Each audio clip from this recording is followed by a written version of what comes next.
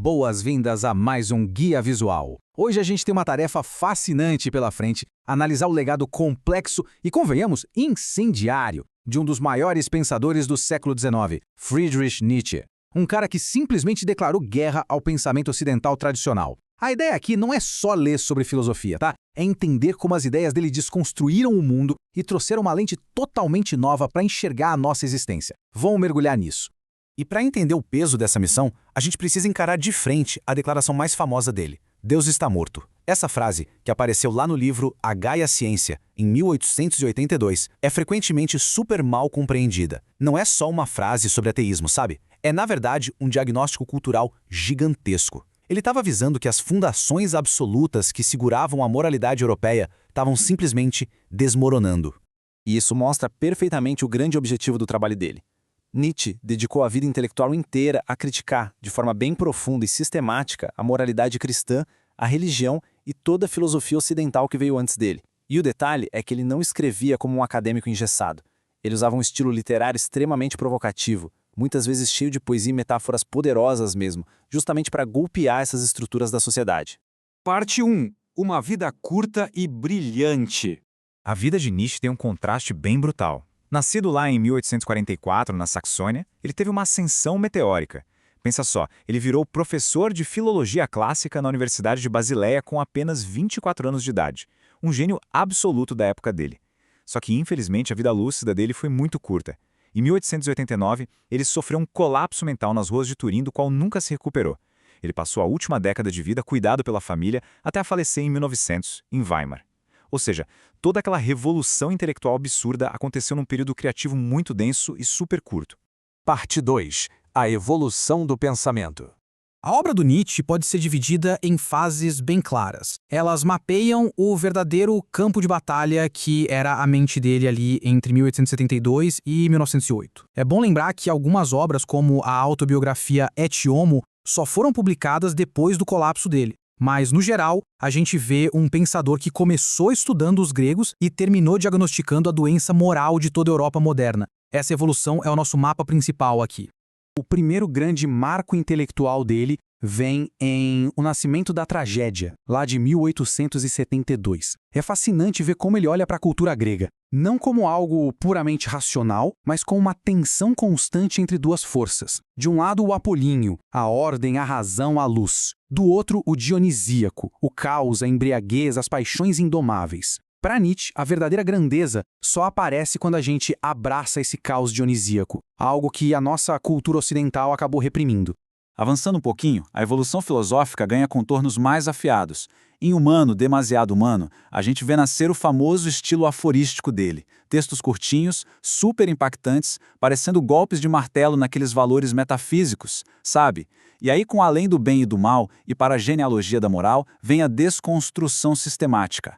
A meta dele era provar que conceitos como bem e mal não caíram magicamente do céu. Eles têm origens históricas e foram moldados por relações de poder humano ao longo dos séculos.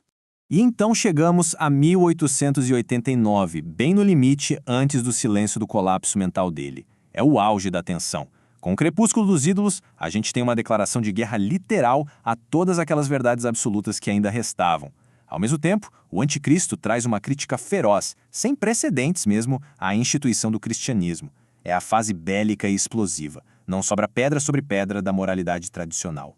Parte 3. Os 3 pilares fundamentais.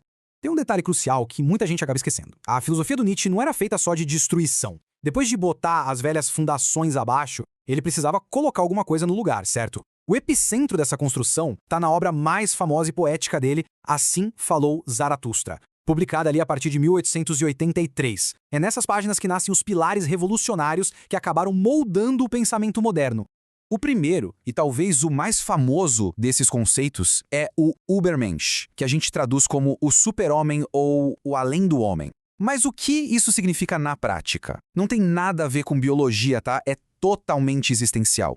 O Übermensch é aquele indivíduo que consegue transcender a moral de rebanho. É a pessoa que, percebendo que não existem mais leis divinas absolutas, tem a coragem inabalável de criar os próprios valores e dar significado à própria vida. E o que move esse indivíduo criador? É a chamada vontade de poder. E olha, é super importante não confundir isso com política ou com o desejo de dominar os outros. A vontade de poder é, na verdade, a força fundamental de todo ser vivo. É aquele instinto de expansão, de querer se superar o tempo todo. Aquela ambição natural e intrínseca de crescer, de criar e de alcançar o ponto mais alto da nossa vitalidade. O terceiro pilar é meio que o teste final para essa vitalidade toda, o eterno retorno. Faz esse experimento mental comigo. E se a vida inteira, do jeitinho que a gente conhece, fosse se repetir infinitas vezes? Cada alegria, cada dor, exatamente na mesma sequência. A genialidade aqui não é propor uma teoria física de como o universo funciona, mas sim o maior desafio psicológico de todos. Uma pessoa que realmente afirma a própria vida abraçaria a ideia do eterno retorno com alegria, assumindo total responsabilidade por cada escolha que fez. Parte 4. O legado do niilismo.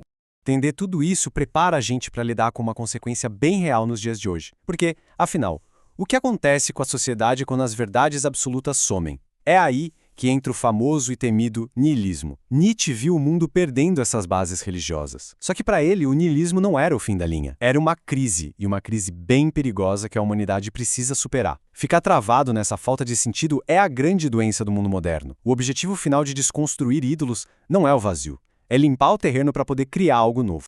O que nos leva à grande mensagem poética e construtiva que permeia todo o legado dele. O antídoto contra o niilismo é simplesmente a afirmação da vida em toda a sua plenitude.